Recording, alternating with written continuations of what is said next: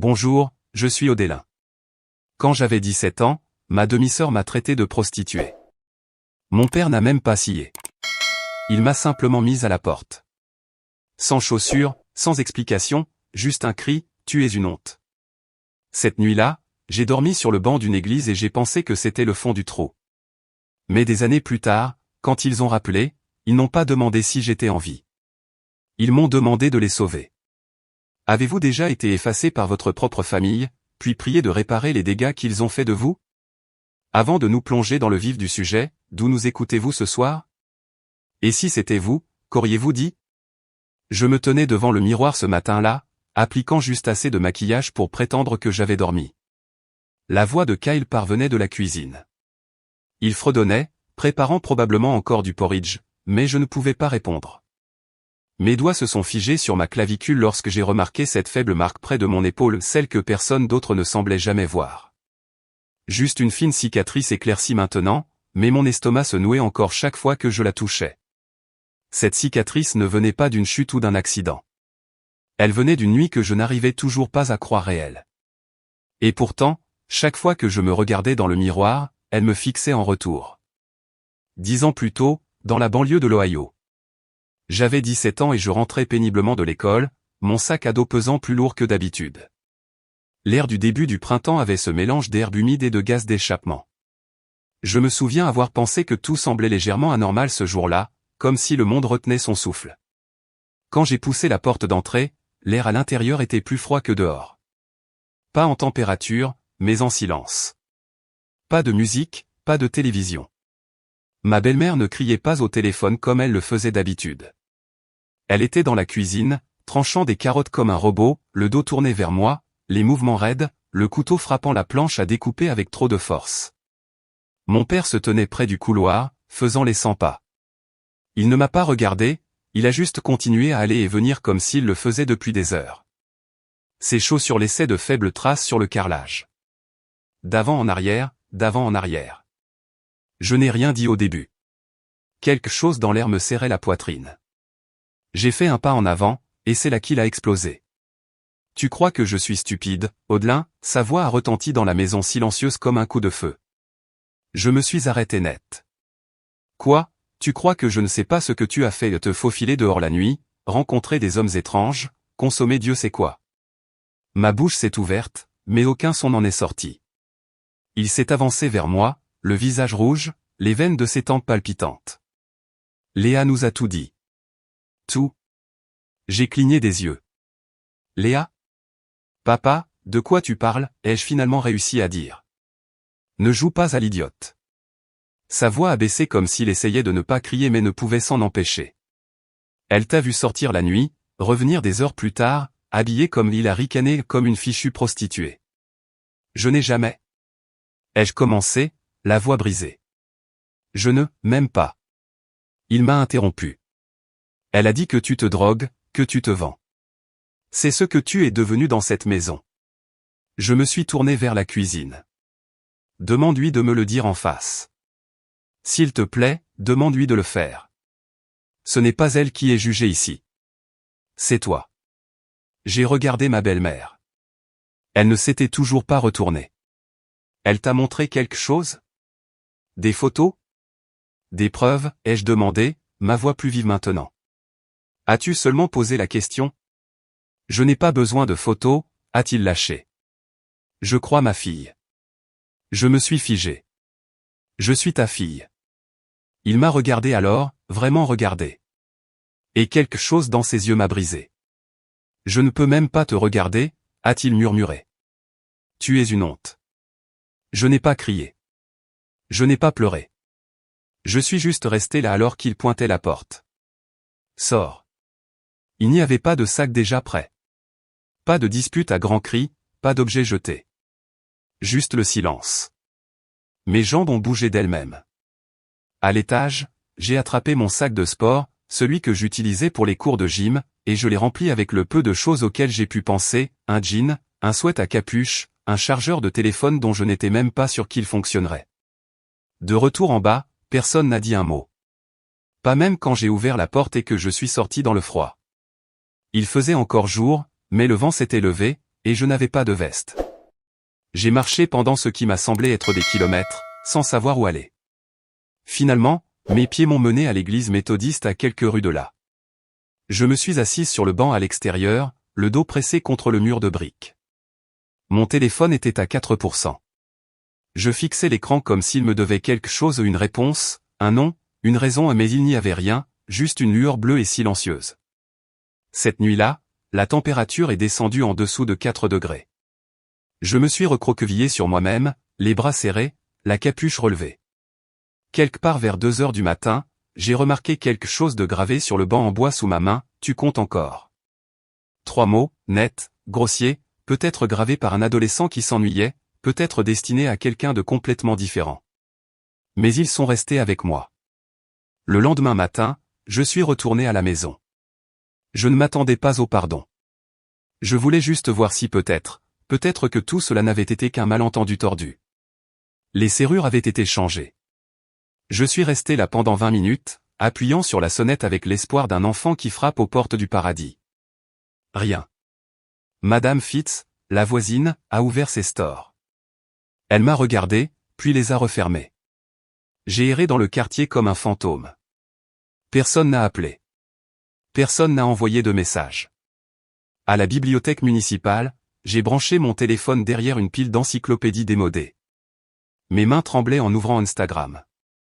Léa avait publié une story, un de ces écrans noirs avec un texte blanc énigmatique, « Certaines personnes obtiennent enfin ce qu'elles méritent ». Elle n'a pas mentionné mon nom. Elle n'en avait pas besoin. Je suis resté assise là, à regarder la barre de chargement monter lentement. Mais je ne me sentais pas plus forte. Je me sentais effacée. Personne ne m'avait rien demandé. Personne n'avait écouté. Et d'un coup, je n'étais plus Audelin. J'étais un exemple à ne pas suivre dans l'histoire de quelqu'un d'autre. Je ne le savais pas à l'époque, mais ce banc allait devenir mon abri, mon bureau d'écolière et mon thérapeute pour les 2 semaines suivantes. Je me réveillais raide chaque matin, les lattes de bois me cisaillant le dos, le froid rendant impossible de sentir mes doigts jusqu'à ce que le soleil les réchauffe vers 9 heures. Je m'étirais lentement, vérifiant toujours si quelqu'un m'avait vu. Parfois, un jogger matinal passait, les yeux fixés droit devant comme si j'étais invisible. D'autres fois, quelqu'un ralentissait le pas, fronçait les sourcils, puis continuait de marcher comme s'il était en retard pour quelque chose qui ne me concernait pas. Ce premier jour complet, j'ai essayé de me laver le visage dans les toilettes de la station-service de l'autre côté de la rue, mais l'employé a frappé à la porte après 2 minutes. Je n'y suis pas retourné après ça. À la place, j'ai marché jusqu'à la bibliothèque 3 rues plus bas. Elle ouvrait à 10 heures. Je m'asseyais sur les marches jusqu'à ce qu'il déverrouille les portes, prétendant avoir une raison d'être là. Je suppose que, d'une certaine manière, j'en avais une. À l'intérieur, je trouvais le coin le plus éloigné et je m'enterrais dans les livres. N'importe quel livre, juste pour éviter le monde. J'ai relu les 4 filles du docteur March, ne tirez pas sur l'oiseau moqueur, même certains manuels d'algèbre périmés. Pas parce que je le voulais, mais parce que les mots étaient chauds, et qu'ils ne posaient pas de questions. La nourriture venait par petits morceaux. Des crackers du distributeur automatique près de l'arrêt de bus, une demi-barre de céréales que j'avais oubliée dans mon sac à dos, parfois un fruit que quelqu'un avait laissé derrière lui. Je me suis rationné comme si c'était la guerre. La faim restait toujours juste assez loin pour me garder consciente mais assez proche pour rendre tout flou à la tombée de la nuit. Ce banc, il a cessé d'être juste un endroit pour s'asseoir. Il est devenu mon tout. Les mots gravés dans son bois, tu comptes encore, je les lisais chaque nuit comme une prière. Je ne savais pas qui les avait écrits. Je m'en fichais. J'avais besoin d'y croire. Si je le disais assez de fois, peut-être que cela deviendrait vrai. Un après-midi, peut-être le 4e ou le 5e jour, le temps s'estompait et j'ai entendu le bruit de pas traînant derrière moi. J'étais blotti sous mon sweat à capuche, les yeux fermés, faisant semblant de faire la sieste pour que personne ne me demande de partir. Une voix douce a dit, vous ressemblez à quelqu'un qui a besoin de savoir que ce n'est pas la fin. J'ai ouvert les yeux lentement. Une femme se tenait là, tenant un sandwich dans une main et une bouteille d'eau dans l'autre. Elle avait peut-être la soixantaine, enveloppée dans un cardigan trop épais pour le printemps. Son visage n'était pas aimable de la manière douce que certaines vieilles dames ont. Il était aimable à la manière d'un arbre, silencieux et enraciné. Je suis Madame Holston. J'aide à l'église en bas de la rue, a-t-elle dit. Je ne vais pas poser de questions. Je voulais juste vous donner ça. Elle m'a tendu le sandwich, dinde et emmental. Je n'ai pas dit merci. Ma gorge me brûlait trop, mais je l'ai pris. Je l'ai mangé lentement, comme s'il pouvait disparaître si je bougeais trop vite. Elle s'est assise à côté de moi.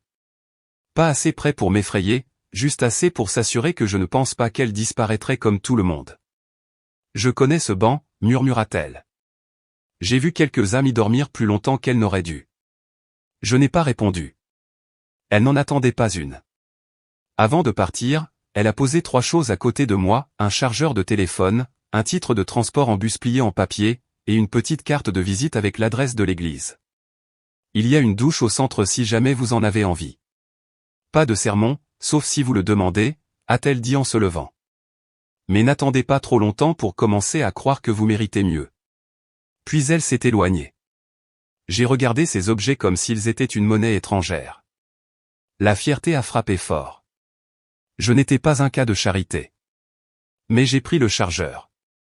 Cette nuit-là, je l'ai branché à la bibliothèque et j'ai enfin rallumé mon téléphone. Une douzaine de notifications des réseaux sociaux sont apparues. Mes doigts ont hésité sur l'écran, le pouce accélérant de curiosité. Léa avait été occupée. Elle avait posté une photo d'elle en robe de bal, avec la légende « reconnaissante pour la clarté ». Parfois, la vérité fait mal, mais elle vous libère. Un commentaire, elle a vraiment fait ça à sa propre sœur? Punaise. Un autre, c'est ce qui arrive quand on est une ordure et qu'on essaie de se la jouer classe. J'ai continué à faire défiler. Il y avait des discussions, anonymes bien sûr. Des bribes du même mensonge qu'elle avait raconté à mon père.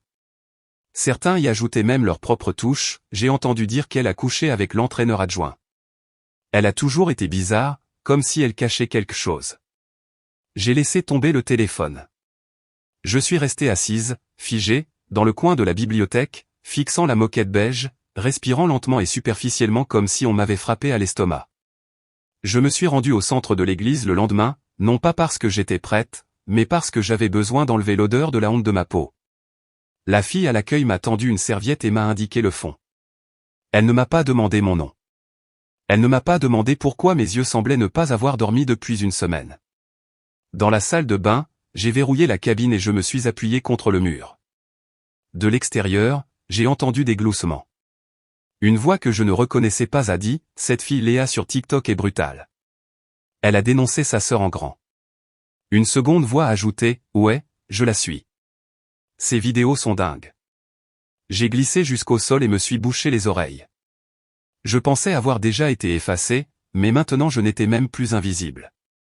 J'étais tristement célèbre. Quand je suis retourné sur le banc cette nuit-là, il semblait différent, plus petit, plus froid. Mais le chargeur était toujours dans la poche de mon manteau.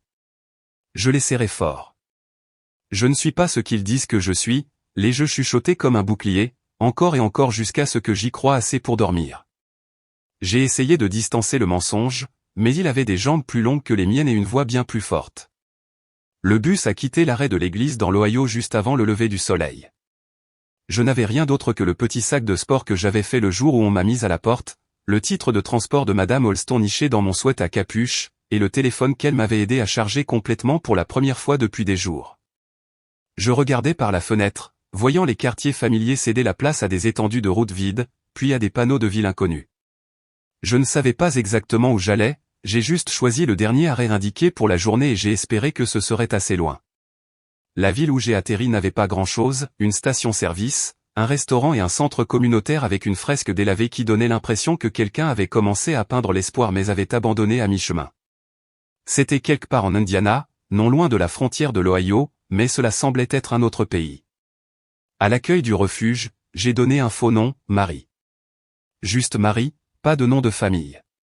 La femme au bureau a hoché la tête comme si ce n'était pas la première fois qu'elle entendait une demi-vérité de la part de quelqu'un qui ne voulait pas être retrouvé. Ils m'ont placé dans un dortoir avec 3 autres filles, 2 d'entre elles enceintes, une nerveuse et pâle avec des marques de piqûres sur les bras qu'elles ne prenaient pas la peine de cacher. Je n'ai pas posé de questions, et elles n'ont pas posé les miennes. La nuit, l'air s'emplissait de pleurs étouffés, de jurons doux et du cri occasionnel de quelqu'un revivant un cauchemar qu'il ne pouvait pas chasser. Je gardais le dos contre le mur et les yeux ouverts plus longtemps que je n'aurais dû. Je ne dormais pas autant que je sombrais et sortais de quelque chose qui ressemblait à de l'épuisement. Le troisième jour, j'ai commencé à me demander quelque chose que je n'étais pas prête à affronter. Pensait-il que j'avais ma place ici? Un après-midi, une assistante sociale nommée Jenna m'a dit que je devais choisir un cours de préparation au jet d'eau du bénévolat. J'ai choisi le cours en moins de paroles, moins de chances que quelqu'un me demande qui j'étais ou d'où je venais. C'est là que j'ai rencontré Monsieur Rubin. Il avait la cinquantaine, une coupe de cheveux d'ex-militaire, portait des jeans et des chemises à boutons comme quelqu'un qui ne s'était jamais tout à fait adapté à la vie civile. Mais ses yeux, ils ne vous scrutaient pas comme une menace. Ils écoutaient. Il ne souriait pas beaucoup, mais quand il le faisait, on aurait dit quelque chose qu'il avait dû regagner sur la vie. Il n'a pas demandé pourquoi je parlais à peine, pourquoi je m'asseyais au siège le plus éloigné de tout le monde, ou pourquoi je sursautais chaque fois que le téléphone de quelqu'un sonnait. À la place, il nous a donné notre premier devoir, écrivez une dissertation sur quelque chose qui a façonné qui nous étions. J'ai failli ne pas le faire. Mais cette nuit-là, dans la faible lumière du dortoir, tandis que la fille du lit voisin fredonnait pour son bébé à naître, j'ai sorti un des cahiers du refuge et j'ai écrit. Je l'ai intitulé « La fille qu'ils ont choisi d'effacer ». Je n'ai pas cité de nom. Je n'ai même pas mentionné Léa directement.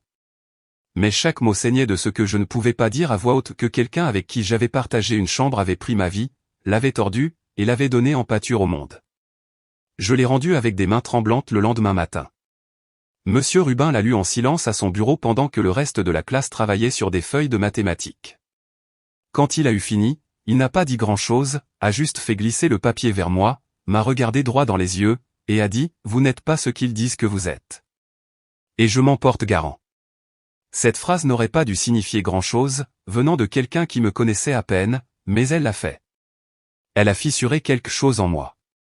Pas assez pour me sentir en sécurité, mais assez pour m'asseoir un peu plus droit sur ma chaise ce jour-là. 3 jours plus tard, c'est arrivé. Une des filles, Lexi, bruyante et sauvage, toujours sur son téléphone, faisait défiler TikTok pendant le déjeuner. Elle a eu un hoquet de surprise, puis a tourné son écran vers moi. « Oh mon Dieu, c'est ta sœur ?» a-t-elle demandé comme si de rien n'était. Je ne voulais pas regarder, mais je l'ai fait. Léa était là. Éclairage parfait, brillant à lèvres scintillant, sa voix mielleuse alors qu'elle disait à la caméra « Alors, voici la story time que vous attendiez tous sur ma fausse sœur qui a menti à tout le monde et pourquoi j'ai dû la dénoncer. » La légende disait, parfois, il faut protéger sa famille, même si ça fait mal. Elle avait plus de 40 000 j'aime. Je n'ai pas entendu la plupart de ce qu'elle a dit après ça. Mes oreilles bourdonnaient, mais les commentaires, ceux-là, je les ai vus, et ils m'ont brûlé. La pourriture finit toujours par remonter à la surface. Elle couchait avec un prof, non? Elle se vendait pour de la drogue. Typique. Où est sa famille maintenant? Ah oui. Ils l'ont mise à la porte. J'ai filé de la pièce et je ne me suis pas arrêté avant d'atteindre les toilettes des filles au bout du couloir. J'ai verrouillé la cabine et me suis penché sur les toilettes, vomissant jusqu'à ce que rien ne sorte sauf de l'acide et de la salive. Mes mains tremblaient alors que je m'agrippais au bord du lavabo ensuite, essayant de calmer ma respiration.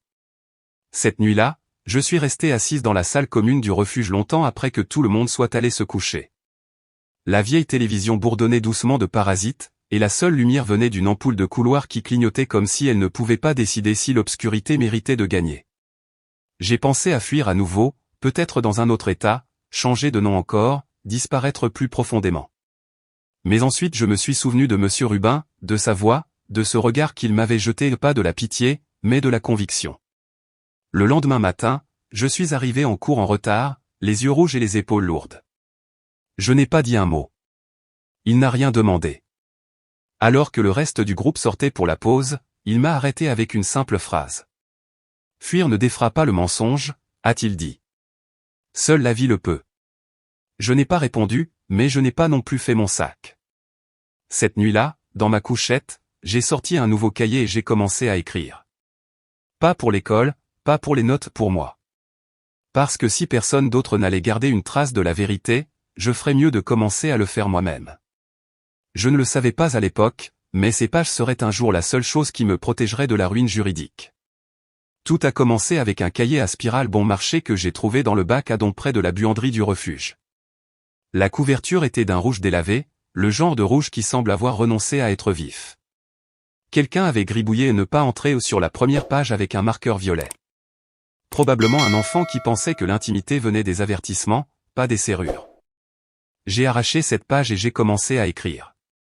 Au début, je ne faisais que lister les faits, la date à laquelle on m'a mise à la porte, les mots exacts que papa a utilisés, où j'ai dormi cette nuit-là, qui a détourné le regard, ce que j'ai mangé.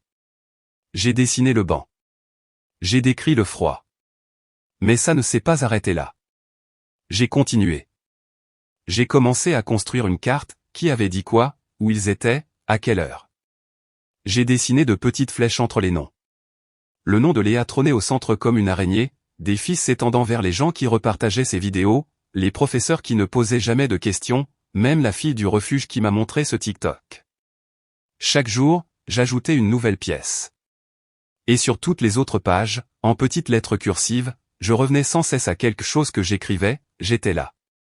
Je l'ai vu. Je n'étais pas ce qu'il disait. Parfois, je le répétais 20 fois. Parfois, une seule fois. Mais toujours, c'était là, comme un murmure qui refusait de mourir. Les après-midi de pluie, j'emmenais mon cahier à la bibliothèque municipale à quelques rues de là. Les ordinateurs avaient des limites de temps, mais si vous demandiez gentiment à l'accueil, ils redémarraient votre session 1 ou 2 fois. J'ai créé un compte de messagerie et j'ai commencé à taper des copies de mes entrées manuscrites, me les envoyant à moi-même, horodatées et sauvegardées au cas où. Je ne savais pas vraiment ce que je faisais, mais je savais que les gens comme moi n'ont pas le droit de crier pour que les autres écoutent. Nous n'avons pas de microphone. Nous avons des dossiers, des traces écrites. Nous nous taisons, et nous documentons. Dans les heures calmes entre les cours et l'extinction des feux, j'ai commencé à chercher des mots que je ne comprenais pas entièrement, diffamation, consentement des mineurs, émancipation légale. Ils semblaient plus grands que moi, comme des armes que je ne savais pas manier. Mais je les ai écrits quand même. Un jeudi soir, après le groupe d'études du GED, Jenna, la coordinatrice du refuge, m'a appelé dans son bureau. Son ton était calme, mais quelque chose dans ses yeux disait que ce n'était pas à propos de corvées manquées ou d'inspection de couchettes. « Il y a eu un appel pour vous » a-t-elle dit. Mon estomac s'est serré. D'un certain Marvin Dneu. Il dit qu'il est un avocat de votre ancien district scolaire. Je n'ai rien dit. Ma respiration est devenue courte. J'ai pensé, quoi maintenant? Une autre accusation? Un procès?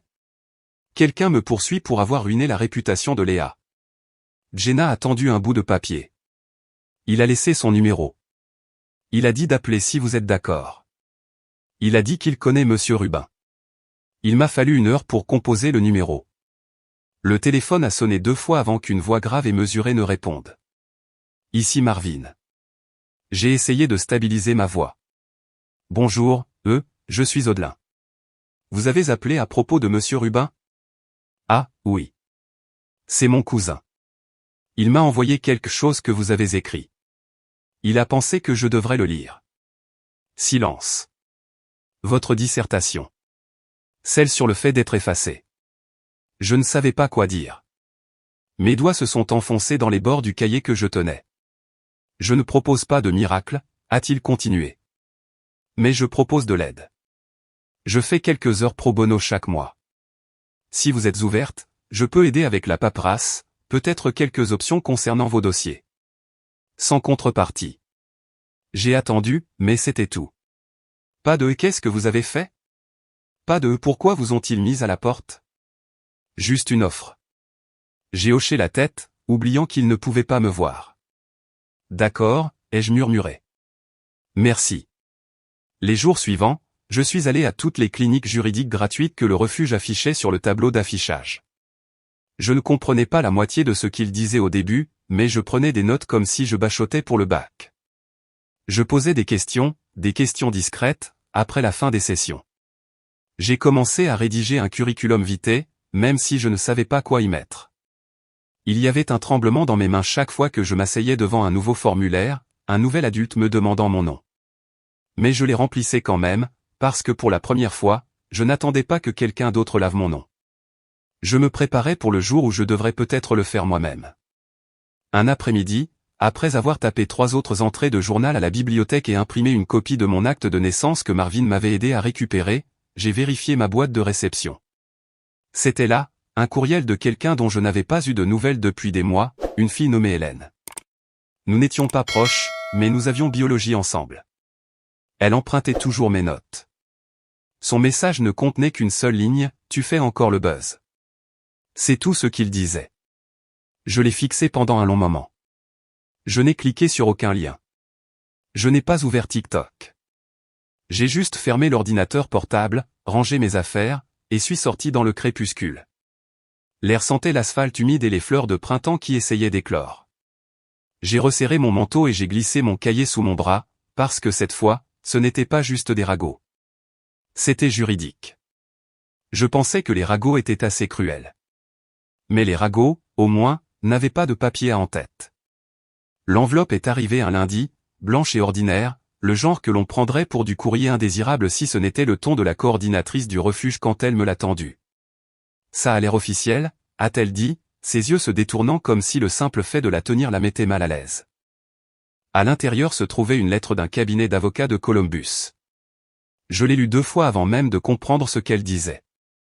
C'était une mise en demeure de cesser et de s'abstenir, adressée à moi. L'accusation, harcèlement continu et diffamation via les réseaux sociaux et les commentaires publics. Elle faisait référence à un nom spécifique, le nom complet de Léa, puis le coup de grâce, ladite cliente prétend souffrir de détresse émotionnelle découlant d'une campagne de calomnie perpétuée par mademoiselle Audelin Mavie. J'ai ri au début, non pas parce que c'était drôle, mais parce que cela ressemblait à une farce cosmique. Je n'avais même pas prononcé le nom de Léa publiquement. Je n'avais rien posté, pas une seule vidéo, pas un seul statut. Je ne m'étais pas défendu. J'avais disparu. Mais apparemment, ce n'était pas suffisant. J'ai plié la lettre lentement, presque trop soigneusement, et je l'ai remise dans l'enveloppe. Cette nuit-là, j'ai sauté le dîner et j'ai marché 4 rues dans la lumière déclinante pour rencontrer Marvin à son bureau, en réalité, juste l'arrière-salle d'un expert comptable local qui le laissait utiliser l'espace gratuitement certains soirs.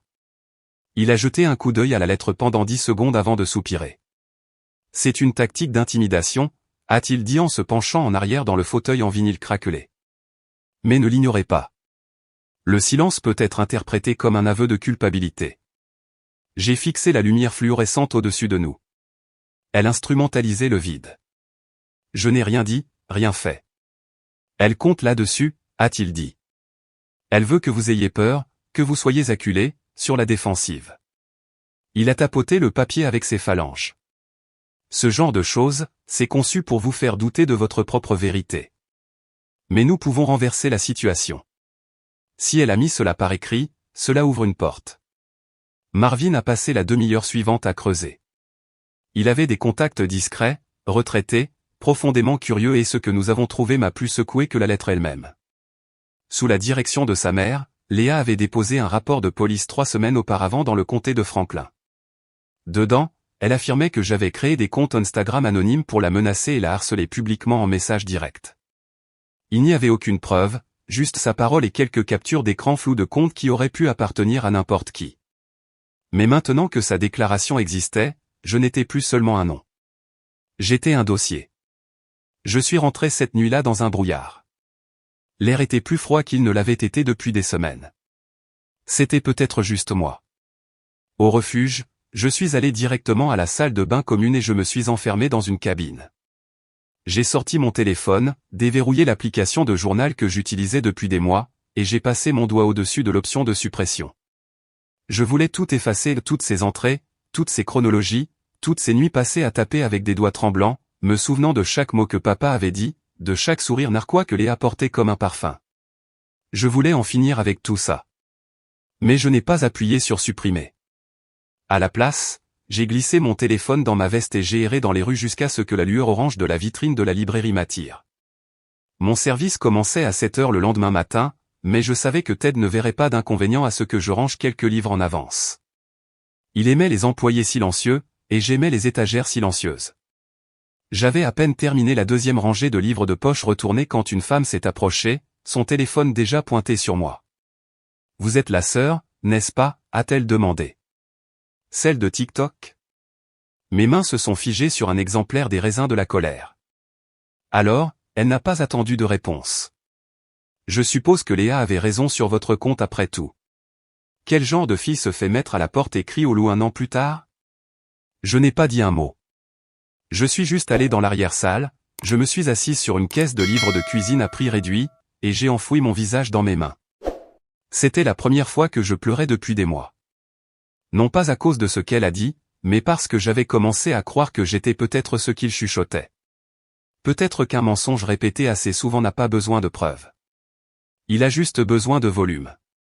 J'ai dit à Marvin que je quittais l'Indiana le lendemain. Je ne pouvais pas continuer à être l'ombre de la fiction de quelqu'un d'autre.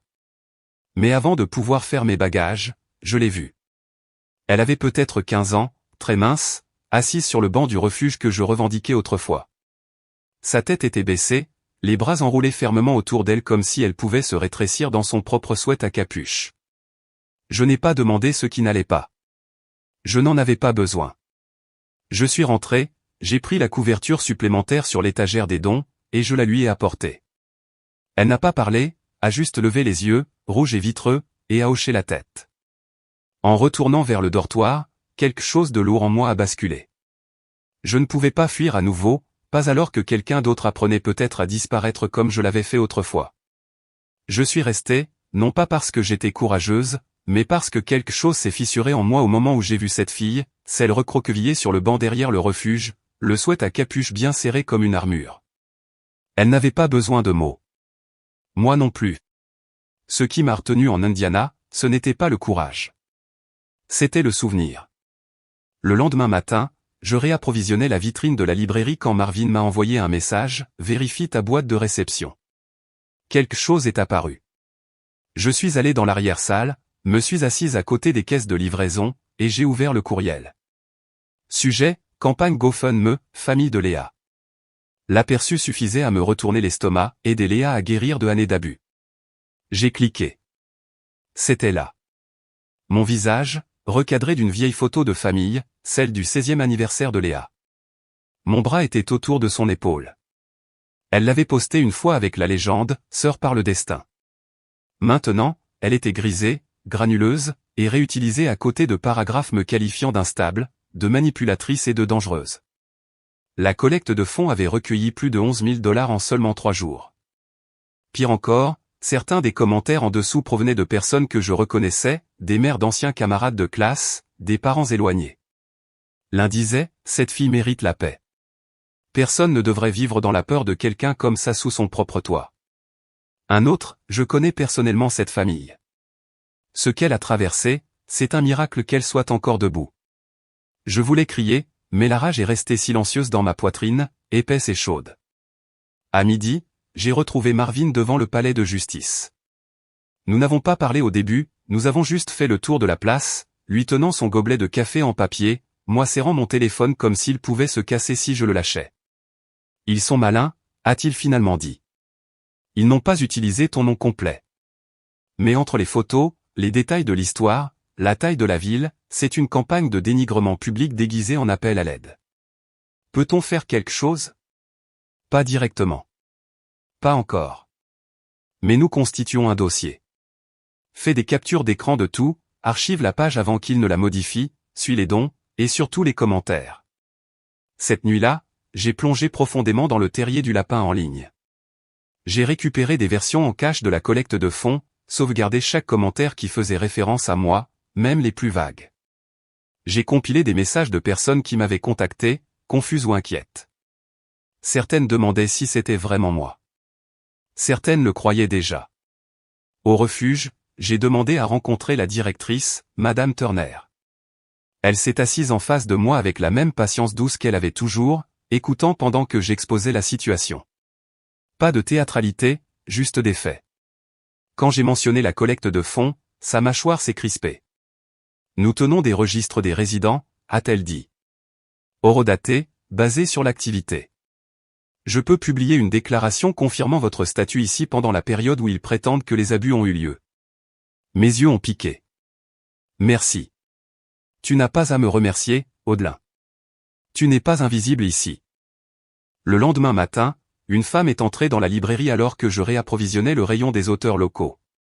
Elle n'a pas dit bonjour, m'a juste tendu un dépliant. Je l'ai déplié lentement. C'était une photocopie de ma vieille carte d'identité scolaire avec les mots « Vous vous souvenez de ce visage » griffonné dessus à l'encre rouge. En dessous se trouvait un croquis caricatural d'un monstre, avec des crocs et des cheveux en bataille. Je ne l'ai pas déchiré. Je ne l'ai même pas froissé. Je suis allé à la salle de pause, j'ai ouvert le classeur où je gardais toute ma documentation, et je l'y ai glissé. Une preuve. À ce stade, j'avais commencé à assembler ma propre chronologie en ligne. Pas un blog public, juste un disque dur verrouillé et organisé, registre d'admission au refuge, certificat de cours, référence de moralité, capture d'écran de messages, définition juridique. Ma voix n'avait pas besoin de volume. Elle avait besoin de clarté. J'étais à mi-chemin du classement des notes de Marvin quand mon téléphone a sonné. Numéro masqué. Je l'ai laissé sonner une fois, 2 fois. À la 3e, j'ai décroché. Audelin. Je me suis figé. Cela faisait presque 2 ans, mais je reconnaîtrais cette voix n'importe où. Graveleuse, aux arêtes vives. Papa, j'ai besoin de ton aide, a-t-il dit. Juste comme ça. Pas d'excuses, pas de salutations, pas d'explications. Juste la même voix qui avait crié un jour, tu es une honte. Sors. Je n'ai rien dit. Je n'appellerai pas, a-t-il continué, mais c'est à propos de la maison. Les choses ne vont pas bien. J'expliquerai plus en détail, mais j'ai besoin de quelqu'un qui puisse aider à régler ce gâchis. J'ai regardé mon dossier, mes documents, le dépliant à l'encre rouge, et pour la première fois depuis des années, ce n'était pas moi qui avais besoin de quelque chose. Je n'ai pas répondu tout de suite. J'ai laissé le silence s'étirer comme un fil entre nous, mince, tendu, et s'effilochant rapidement. Il a répété, presque comme s'il ne pouvait pas croire qu'il devait demander à nouveau. Audelin, s'il te plaît. J'ai besoin de ton aide. Je ne me souviens pas avoir raccroché. Je ne me souviens pas avoir dit au revoir. Je suis juste resté là, dans la salle de pause de la librairie, à regarder la lumière bleue tamisée du panneau de sortie, le bourdonnement du mini-réfrigérateur remplissant l'espace où les mots manquaient. 2 jours plus tard, j'étais dans un bus en direction de la frontière de l'Ohio. Pas pour me réconcilier, ni même pour chercher à tourner la page. C'est ce que je me suis dit. Mais quelque part entre les sorties 84 et 85, j'ai arrêté d'essayer de le justifier. Le lieu de rendez-vous était neutre. Un petit café juste à la sortie de l'autoroute, le genre avec des stores poussiéreux, des menus plastifiés délavés, et une serveuse qui ne posait pas de questions. Je suis arrivé la première, j'ai commandé un café noir que je ne comptais pas boire, et j'ai attendu. Il est entré avec 15 minutes de retard, sans surprise. Sa silhouette semblait plus petite que dans mon souvenir, les épaules voûtées, le costume trop grand comme s'il avait appartenu à un homme qui se croyait important. Son visage avait vieilli durement, des rides plissées là où sa fierté siégeait autrefois. Il a regardé autour de lui, m'a vu, a fait une pause comme pour vérifier si c'était bien moi, puis a traversé la pièce lentement, comme quelqu'un qui entre en confession. Audelin, a-t-il dit, debout à côté de la banquette. J'ai indiqué du menton le siège en face de moi. Assieds-toi. Ses mains tremblaient légèrement alors qu'il posait son téléphone, suivi d'un dossier en manille. Il s'est éclairci la gorge, mais les mots ne sont pas venus facilement. Nous n'avons jamais voulu te faire de mal comme ça, a-t-il commencé. Nous ne savions tout simplement pas. Je n'ai rien dit. Ça a dégénéré, a-t-il poursuivi, la voix plus cassante maintenant. Léa était juste jeune, effrayée. Après le décès de ta mère, tout est parti de travers. J'ai jeté un coup d'œil au dossier. C'est ça que tu as apporté? Des excuses. Il a baissé les yeux sur son café comme s'il contenait de meilleures réponses. Nous avons besoin de ton aide. Tu es la seule qui puisse arranger ça. J'ai laissé échapper un souffle, long et lent, et j'ai gardé ma voix stable. Tu l'as cru sans me poser une seule question. Maintenant tu demandes de l'aide sans présenter une seule excuse. Il a tressailli, à peine. Puis, doucement, il l'a dit. Elle nous a dit la vérité il y a quelques mois, après sa rupture. Elle s'est effondrée. Elle a dit que tout était mensonge, qu'elle était jalouse de toi. Je l'ai fixée. Mais c'est ma fille, a-t-il ajouté, comme si cela clarifiait quelque chose, le justifiait. Moi aussi. Les mots ont frappé plus fort que je ne l'attendais. Peut-être parce que c'était la première fois que je les disais à voix haute. Sans crier, sans supplier. Juste dit. Il a détourné le regard, la mâchoire se crispant. Tu ne comprends pas ce que c'était. Elle s'effondrait, disait des choses folles. Ta belle-mère a dit que nous devions préserver l'image de la famille. J'essayais de la protéger. Je vois, ai-je terminé pour lui. Il n'a pas nié. Puis il a ouvert le dossier. À l'intérieur se trouvaient quelques feuilles imprimées, des documents juridiques, des captures d'écran de la collecte de fonds, une chaîne de courriel. Je ne me suis pas penché en avant. Il y a un procès maintenant, a-t-il dit. Diffamation. Les gens ont fait des dons sous de faux prétextes. On parle d'action collective. Ils nous regardent, Léa, et ton nom, il est dans les commentaires, les repartages de TikTok. Si tu ne fais pas de déclaration, si tu ne te réconcilies pas publiquement. Vous me nommerez dans la défense, ai-je dit d'un ton plat. Il a cligné des yeux. Je me suis penché en avant, la voix basse. Sont-ce vos excuses, ou une menace? Il a hésité. C'est la réalité. J'ai reculé ma chaise lentement et je me suis levé. Non, ai-je dit, en jetant mon sac sur mon épaule. C'est de la lâcheté. Ça l'a toujours été. Alors que je passais devant lui, il a dit une dernière chose, à peine au-dessus d'un murmure. Tu es plus forte que nous tous, tu sais. Je ne me suis pas retourné. Je suis sorti dans l'air froid de l'Ohio, le ciel gris et lourd. Mais à l'intérieur, quelque chose avait changé. Plus de lignes floues. Plus de questionnements sur qui j'affrontais. Je suis venu chercher à tourner la page. Je suis parti en sachant exactement contre qui je me battais. Désormais, cette table de café était la dernière chose que nous partagerions jamais. Après être sorti, je n'ai pas regardé en arrière. Je ne me suis pas demandé s'il était resté assis là ou s'il était parti. Je n'ai même pas repensé à ces mots. J'ai juste senti cette certitude tranquille s'installer en moi comme une main stable sur mon dos. Le temps que je retourne en Indiana, Marvin attendait déjà avec 2 dossiers et un nouveau type de silence dans son ton, concentré, mesuré, préparé. Nous allons faire en sorte que cela compte, a-t-il dit. J'ai hoché la tête, non pas parce que je me sentais courageuse, mais parce que je n'avais plus peur. Ni d'eux, ni de ce qu'ils pourraient dire ensuite. Ils avaient tout dit, menti plus fort que je n'aurais jamais cru possible. Maintenant, c'était mon tour, sans crier.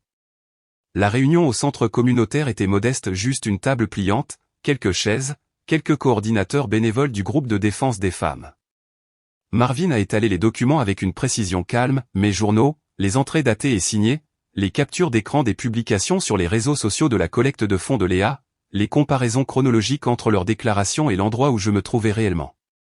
Nous pensons que tu devrais parler, a dit l'une des femmes doucement. Rien de dramatique. Juste la vérité. J'ai regardé le dossier devant moi. J'avais passé des années à l'écrire, pièce par pièce, jour après jour, sans jamais penser que quelqu'un le verrait. Mais peut-être que ce n'était plus seulement un journal. Peut-être que c'était une carte, un registre des années invisibles. La conférence de presse a eu lieu dans une salle derrière le palais de justice. Murs nus, lumière bourdonnante, et une caméra de diffusion en direct installée dans le coin. Je me tenais au pupitre dans un blazer noir d'occasion et le même jean que je portais au travail la veille au soir. Pas de maquillage, pas de mise en scène. J'ai ouvert mon cahier. À 17 ans, j'ai été traité de prostituée par les personnes qui étaient censées me protéger, ai-je commencé. Il n'y avait aucune preuve, mais il n'y avait pas non plus de défense. Alors j'ai été effacé. Jusqu'à maintenant. Je n'ai pas pleuré. Ma voix n'a pas tremblé. J'ai juste lu calmement, page après page. J'ai parlé de dormir sur un banc, de craquer de distributeurs automatiques, de voir mon nom traîner dans les sections de commentaires et les cafés. Quelqu'un du fond a levé la main. Voulez-vous vous venger? J'ai levé les yeux. Non, ai-je dit. Je veux la paix. Mais je ne l'obtiendrai pas en prétendant que rien de tout cela n'est arrivé. Cette nuit-là, Marvin a livré le dossier, le dernier. Pas à moi, mais directement au cabinet d'avocats représentant les donateurs de la collecte de fonds de Léa. Il contenait tout, mes registres, mes certificats de GED, les horodatages des courriels, une déclaration notariée du refuge. Leur histoire avait des failles, ma vérité avait des archives. 2 jours plus tard, une enquête a été ouverte. Indépendante, silencieuse, mais réelle. Léa a fait un direct sur Instagram ce soir-là. Son visage était marbré de larmes, les cheveux coiffés avec soin comme si la tristesse était une marque.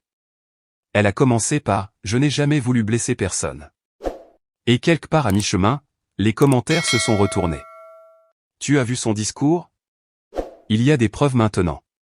Ce n'est pas ça, Léa. Et puis quelqu'un a collé le lien vers la diffusion en direct. Sa vidéo a calé, c'est figé, c'est terminé sans avertissement. Plus tard cette semaine-là, j'ai reçu un dernier message. Pas de Marvin, pas de quelqu'un que j'aimais, mais de lui, mon père. Tu nous as humiliés. Je n'ai même pas ouvert le message, j'ai juste vu l'aperçu. Puis je l'ai supprimé. Aucune réponse. Ce week-end-là, après mon service à la librairie, je suis retourné à l'église où tout a commencé. Le banc était toujours là, le vieux bois adouci par la pluie et le temps. J'ai tracé du doigt les mots gravés, tu comptes encore. Puis j'ai sorti un stylo de mon sac et j'ai ajouté en dessous, je le sais. Je suis resté assise un instant de plus, laissant le vent passer sur moi. C'était calme. Pas le genre de silence qui fait mal, mais celui qui guérit. Il n'y a pas eu de défilé, pas de cérémonie d'inauguration, pas d'inconnus applaudissant dans la rue. Juste le bourdonnement de ma bouilloire, le doux craquement du plancher, et Kyle posant une tasse ébréchée à côté de mon cahier. Deka, a-t-il dit avec un sourire, sachant déjà que j'avais encore oublié de boire de l'eau toute la matinée. J'ai hoché la tête, j'ai relevé mes manches et j'ai regardé par la fenêtre. La cour était calme, la rosée s'accrochait encore à l'herbe, et les parterres du jardin étaient pleins de basilic de fin d'été et de tomates fatiguées qui s'étaient battues pour pousser dans un sol sablonneux. J'aimais cette terre, non pas parce qu'elle était parfaite, mais parce que j'avais travaillé pour chaque centimètre carré. Cette paix, elle n'est pas arrivée enveloppée dans des excuses ou la justice. Elle est venue plus lentement, plus silencieusement, comme apprendre à respirer à nouveau. J'avais 22 ans maintenant, propriétaire, techniquement. Les papiers étaient à nos deux noms, mais Kyle aimait dire que c'était la mienne parce que j'avais choisi la maison. Parce que j'avais choisi les planchers qui craquent et le porche inégal et que j'avais peint la porte d'entrée en orange brûlé, comme une chaleur que l'on pourrait traverser. Parfois, je me réveillais avant le lever du soleil juste pour m'asseoir sur ce porche avec une couverture et rien que le silence. Pas le genre de silence que je craignais autrefois quand j'avais 17 ans et que j'étais seul, mais celui que j'avais mérité. Celui qui ne me demandait rien. Mon père n'a plus jamais appelé. Le dernier message que j'ai vu de lui se terminait par « Tu nous as humiliés ». Je n'ai pas répondu. Il n'y avait plus rien à dire. Je n'avais plus besoin d'excuses, non pas parce que cela n'avait pas d'importance, mais parce que je n'en attendais plus. Quant à Léa, elle a disparu d'Internet quelques semaines après l'annonce du remboursement de la collecte de fonds. Le cabinet qui a traité le remboursement a utilisé des mots comme détournement de l'objectif caritatif et manquement à la confiance des donateurs. Il n'y a pas eu d'accusation formelle, mais le nom de leur famille est devenu un murmure silencieux en ville, un écho de quelque chose qui avait autrefois rugi. Je n'ai jamais intenté de procès. Les gens me demandaient parfois pourquoi. Pourquoi ne pas aller jusqu'au bout? Pourquoi ne pas prendre tout jusqu'au dernier sou? Parce que ramener cela à la lumière signifiait m'y traîner aussi, et j'avais passé trop de temps à m'extirper de cette ombre pour y retourner. À la place, j'ai écrit.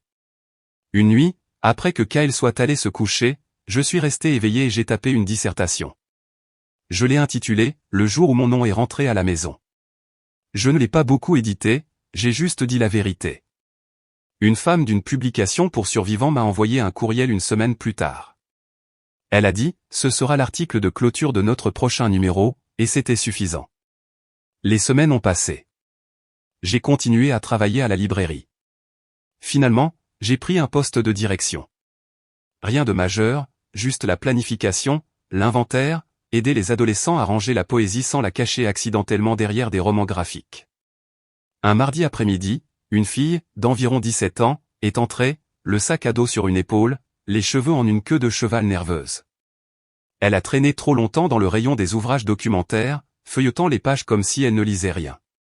Finalement, elle s'est dirigée vers la caisse où je triais des livres de poche. « C'est vous qui avez écrit ce truc », a-t-elle dit, la voix tremblante, sur le fait d'être traitée de mensonge. Elle a levé les yeux vers moi. Ça m'a aidé. Je n'ai pas posé de questions. J'ai juste souri et dit « Merci de le dire ». Elle a hoché la tête et est partie. C'était tout, mais mes mains ont tremblé pendant 5 minutes après. Un mois plus tard, je suis retourné en Ohio juste pour une journée. Je me suis arrêté à la vieille église, pas pour un service, mais pour le banc, celui qui avait autrefois soutenu mon poids quand je n'avais nulle part où m'asseoir. La gravure était toujours là, faible mais tenace. Tu comptes encore. Ma ligne en dessous, je le sais, était estompée mais présente.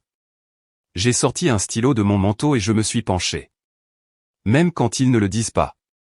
Je ne me suis pas attardé. Je n'en avais pas besoin. Je suis retourné à la voiture, j'ai démarré le moteur, et je suis parti. Non pas parce que je m'enfuyais, mais parce que j'avais un meilleur endroit où aller.